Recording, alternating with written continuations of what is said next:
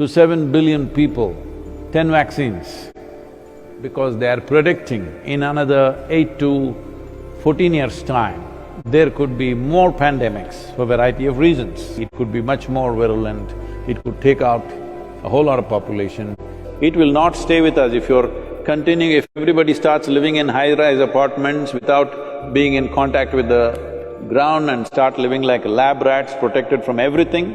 In the next few decades, it's most likely to be a highly infectious virus rather than a war.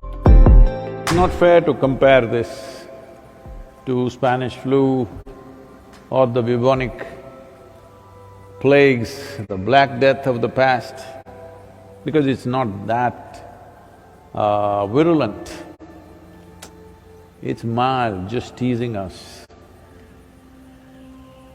It'll kill us also, but not like those things which came in the past, which would just wipe out entire populations of a town or a village.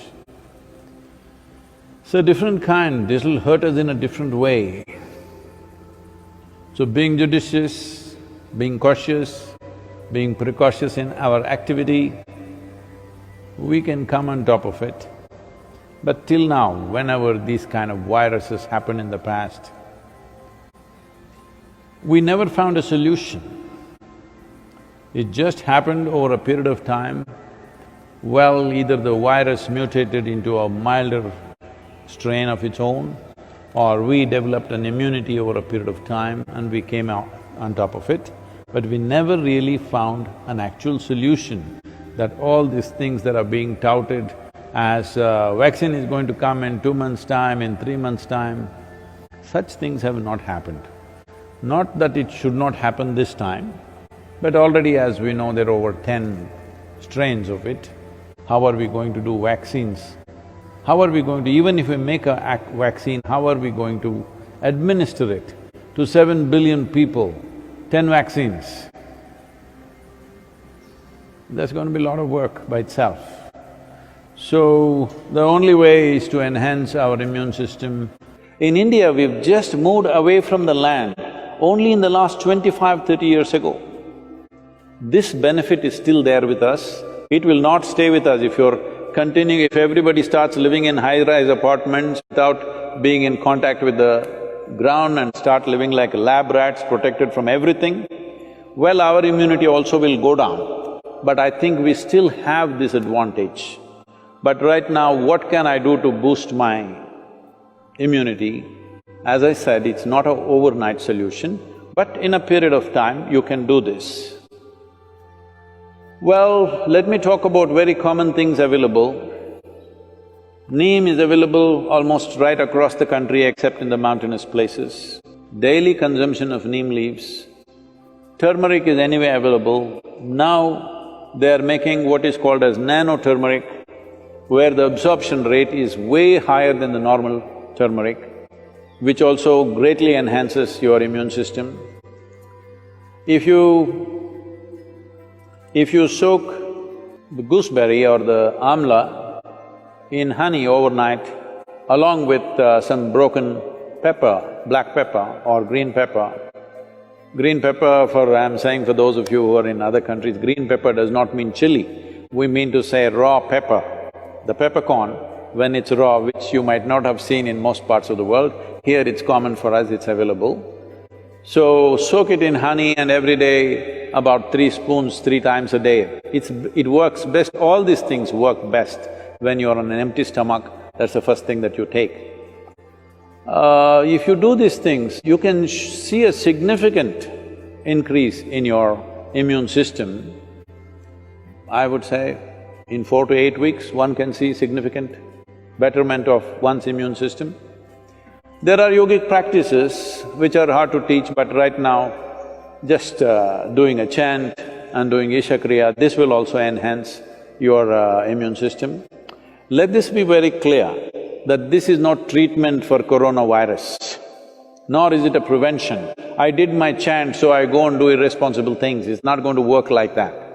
These are things you do over a period of time and strengthen your system, that the next virus that comes, you may be in a little better place to handle.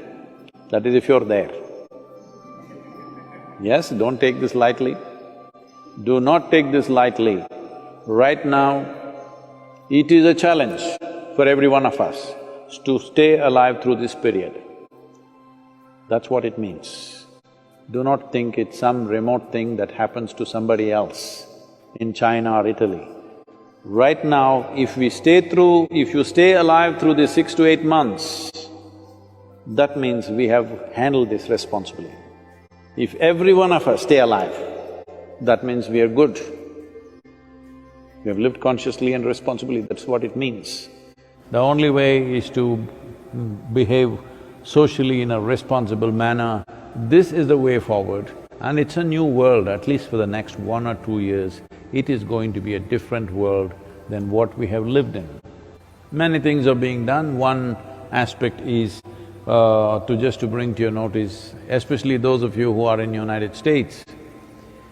The Harvard University, in collaboration with the Beth Israel Hospital, medical center in United States, together they're conducting a research on how the yoga practitioners, people who have been doing some yogic practices, how do they respond to a virus like this?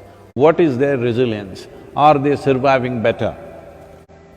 I'm 100% sure they're surviving better, but we need medical evidence for this, but I'm 100% sure because I have not heard of a single case of any of our meditators dying. So, yoga doesn't come through blood. You gotta do it. That's the only problem with the damn thing. It works miraculously, but you have to do it. You can't ask your healthcare people to do it for you. It's not that kind. So, they're taking a sample of 5,000 Isha yoga practitioners, those who are doing in engineering practices and other practices, and they will also study 10,000 non-yoga practitioners, and in the next probably 3 to 4 months, they will arrive at some sort of a, results for the study. What is the difference? I'm 100% sure there will be a difference, but only if you're practicing.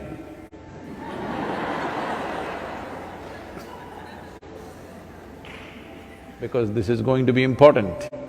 For the world, for the humanity, it's going to be important.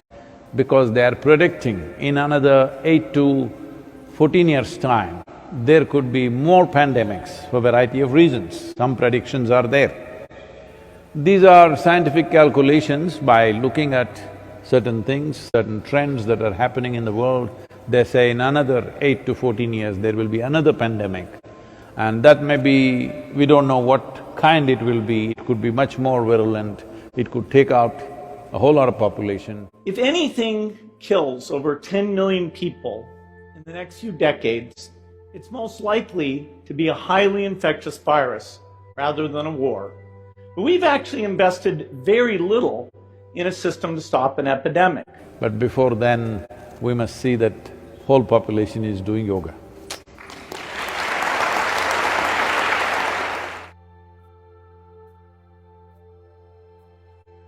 Two Quaker priests were standing with a board, "End is near." So, a motorist, a man driving a car, came, saw the board, put his head out of the car and said, "You religious nuts," and all the other things he said. And then after a few seconds, they heard screeching tires and a crash noise. Then one of the Quakers said, "I think we should have just put it as bridges out."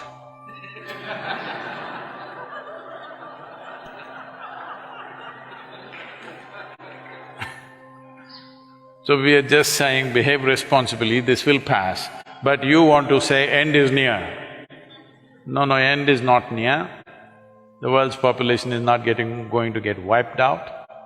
But by the time this is done, as a generation of people, Either we will have the satisfaction, we rode this crisis well, or we will have the shame of putting our heads down that we did irresponsible things and which cost many precious lives. This is for sure, that either you will hang your head in shame in 12 months' time, or you will walk with a certain sense of resolve and purpose in your life, because as a generation of people, we sailed through this with minimum amount of damage to the humanity. This one thing will definitely be available to you, either this or that. It is my wish and my blessing that we should be able to hold our heads high after 12 months' time. Let's make that happen.